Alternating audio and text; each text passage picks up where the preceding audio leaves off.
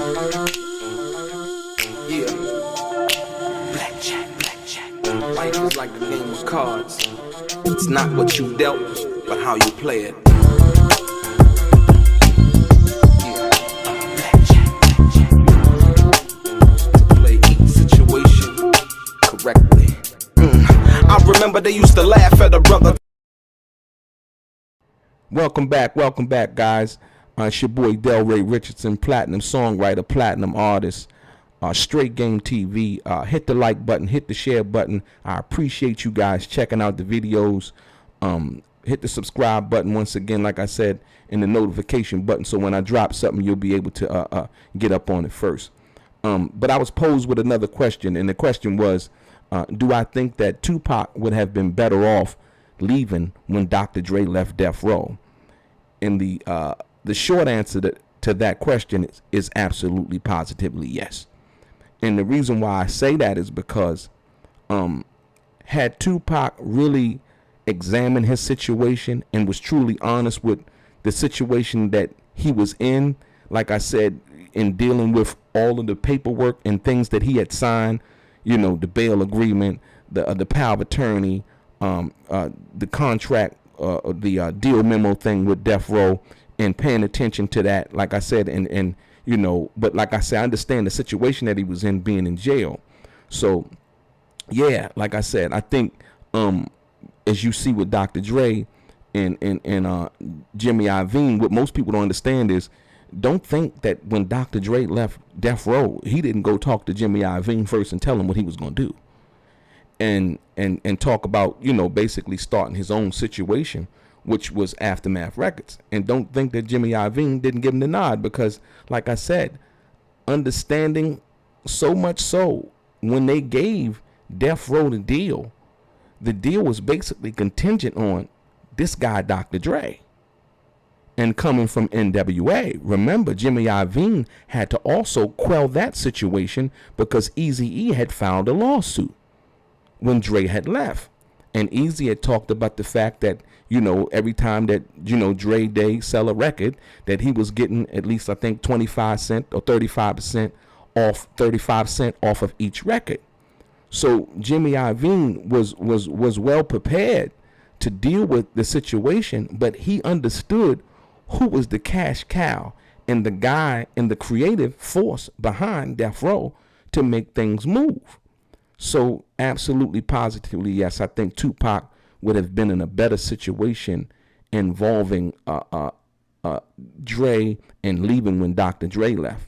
And so, but I think Tupac himself was too far entrenched and involved with what he thought was the greener side of the pasture, if you will. And you know, from whatever conversation him and Suge had, and I can confirm this, with the start of Deathrow East, if you will. And like I said, that being, you know, we're gonna start Deathrow East, and like I said, that being a noble gesture and probably a noble venture, it wasn't concrete, because once again, you had to deal with Jimmy Iovine for anything to basically get distributed from that perspective, if it was going to happen under that situation, like I said, once again. So, but then the crazy part is this: you got to understand, when Dre left, Tupac was mad because the reason why he came to Deathrow was because of Dr. Dre. And Tupac even said that out of his mouth. So when Dr. Dre left, you know, here come, you know, people, you know, saying whatever they're saying. And here comes the rumor. The rumor is, oh, Dr. Dre is, you know, is gay. And it's like, what? Like, you know, when Tupac first got on the label, you never heard him say anything like that. When things was going good, you never heard him say anything like that. It wasn't until Dr. Dre left that Tupac said those things, in which he didn't really know Dre that well because he didn't hang out with Dre like that. But let me confirm this and clear this up for y'all once and for all. And you can take this from my mouth to your ears, from my eyes, and actually what I saw. Now, when Dr. Dre left Deathrow, Dr. Dre was recording down at off of Ventura Boulevard, and it was a studio called Record One. Myself, Melly Mel, Scorpio, at the time, Dr. Dre and Scorpio and Melly Mel were talking about doing some kind of deal. That didn't come into fruition. But when we went down there, we would go down there damn near every day.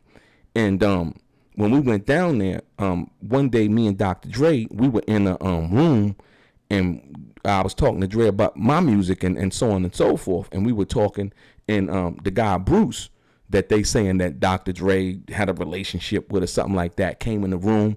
And I knew Bruce. Bruce was a cool guy. You know what I mean? I've been in Dr. Dre's presence. And Dr. Dre is a professional guy, a workaholic, and very serious about what he does. And he don't like to do no whole bunch of bullshitting. And I can tell you, the relationship between them was from what I saw and what I witnessed, and everybody else who was down there dealing with Aftermath. You've never heard nobody else that was close to that situation say anything like that. That was there in that studio, and who had been to Dr. Dre's house, Jay Flex, who wrote California Love. None of those guys you heard come out and say anything like that. People who were close to the situation who would know that, right?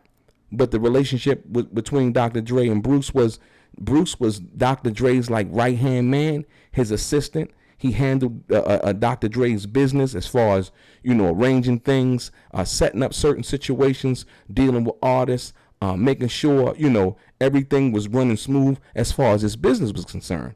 It wasn't no situation like that. So it's laughable. Like I said, so when Dre left, Tupac rode with the lie. And that's not the only lie that Tupac rode with now. Once again, you said, well, what do you mean? Okay, well, let me tell you this. Tupac knew that Suge didn't bail him out of jail. Tupac knew he signed that bail agreement where Atlantic Records and Interscope and the bail bonds company paid the bail.